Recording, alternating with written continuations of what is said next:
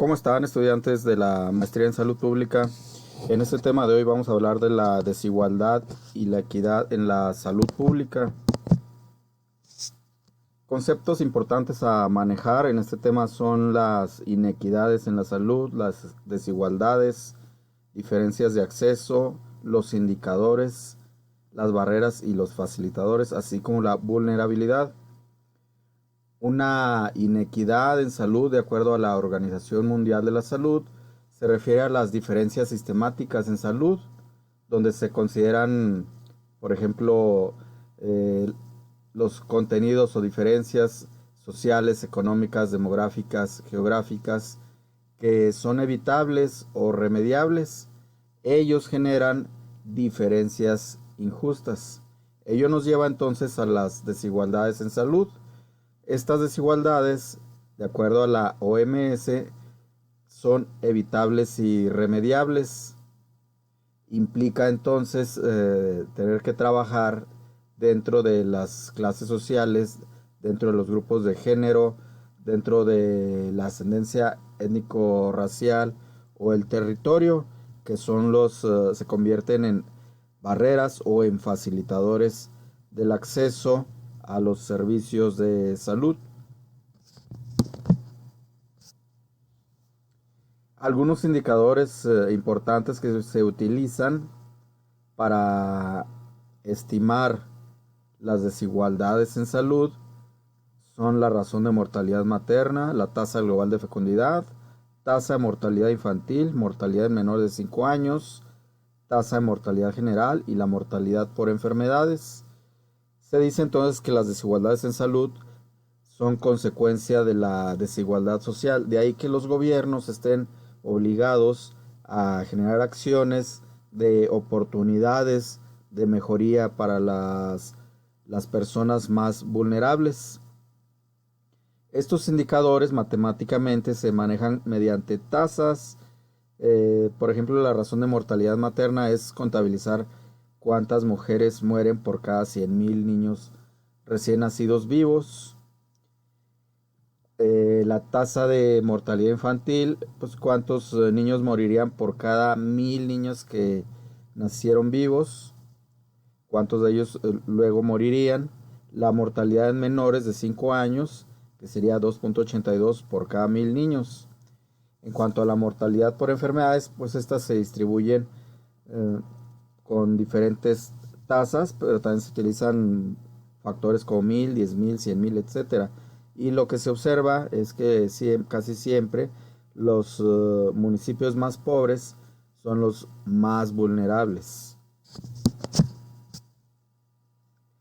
Las recomendaciones de la Organización Mundial de Salud, de acuerdo a lo que se conoce como determinantes sociales de la salud, van dirigidos a subsanar desigualdades dentro de una generación de habitantes. Por lo tanto, se deben mejorar las condiciones de vida, actuar sobre la distribución desigual de recursos, generar esquemas de medición, medir y analizar, etc. Esto implica inversiones del gobierno, estrategias de salud. Cada gobierno, cada sexenio, en el caso de México, llega siempre con un plan diferente de acuerdo a su ideología de lo que debe ser la salud y los servicios de salud desde el gobierno hacia la población. En ello, el sistema de salud debe estar vinculando a los demás sectores para actuar desde los determinantes sociales que habíamos visto van desde la condición étnico-racial, el lugar donde se vive, la accesibilidad a los servicios de salud, la disponibilidad de equipamiento en la ciudad y en la cercanía, en el lugar donde vivamos y la cercanía relativa hacia los mismos. Las desigualdades en salud entonces son factores evitables y remediables, son reflejo de las injusticias. Los datos más confiables en cuanto a la medición o estimación de desigualdades provienen del Coneval. Los determinantes estructurales de la salud se conocen como condiciones materiales de vida, es decir, el lugar donde uno vive, el medio ambiente, las condiciones de trabajo, incluso los estudios de las personas, etcétera. Pero también se generan inequidades de acuerdo al contexto socioeconómico y político, es decir, algún gobierno que tienda a favorecer más a cierto sector que a otro, o que las políticas estén destinadas de arriba para abajo en cuanto a la población, o de abajo hacia arriba, etcétera, pues eso también puede generar inequidades. Como siempre, pues la situación está no solo en invertir dinero, sino en tener una buena estrategia de cómo distribuirlo y observar cómo el mismo se gasta. Entonces ahí tiene mucho que ver los agentes, que son los que van a decidir dónde se debe invertir para la salud. De acuerdo entonces a la OMS, ya decíamos, la inequidad son las diferencias sistemáticas en salud entre los grupos sociales, económicos, geográficos, sociales. El procedimiento para medir la desigualdad es, pues hay que construir estratificadores, es decir, categorías de división de la población. Yo puedo dividir a la población por sexos, masculino, femenino, por nivel de estudios, desde personas sin estudios hasta grupos de personas con posgrados. La puedo dividir también geográficamente, si es rural o no rural, de acuerdo a si la población es de origen étnico o no, etcétera. Luego, este grupo de población se divide en 5 partes que se les llama quintiles. Por ejemplo, si yo quiero dividir a una zona de Chihuahua, específicamente Ciudad Juárez, pues puedo reconocer a la población desde lo que es menos rural a lo más rural. También puedo reconocer a la población de la que es más pobre y la que es menos pobre. Y así va desde la menos pobre hasta la más pobre. Son 5 categorías. Y ahí es donde voy a aplicar los indicadores de salud, los cuales los principales, decíamos, son la salud materna, neonatal, incluso el envejecimiento saludable, el acceso y calidad a los servicios. Las cifras entonces se obtienen, se recaban los datos, por ejemplo, con el INEGI o con otros procedimientos, y ello nos genera las brechas de desigualdad, es decir, la diferencia entre la población más pobre y la menos pobre. Por ejemplo, decir simplemente quién se enferma más, la población más joven, o cuántas veces se enferma más la población más pobre o la menos pobre, y ahí hay tasas de diferencia. Por ejemplo, tenemos a la población indígena, donde la tasa de mortalidad materna es de 55.7 muertes maternas por cada 100.000 nacidos vivos. Y en los municipios con menor población indígena, pues es de 41.9. Ahí la brecha es de 55 menos 41.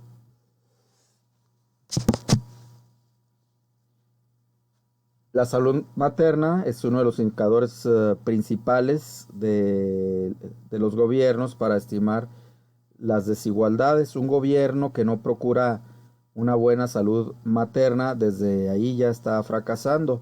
La OMS es muy estricta en estar observando este indicador de los sistemas de salud, donde los países que mejor desarrollo tienen pues son Cuba, Japón, Canadá, y los países desafortunadamente con menos ingreso económico o per cápita, pues son también a la vez los que tienen altas tasas de mortalidad materna.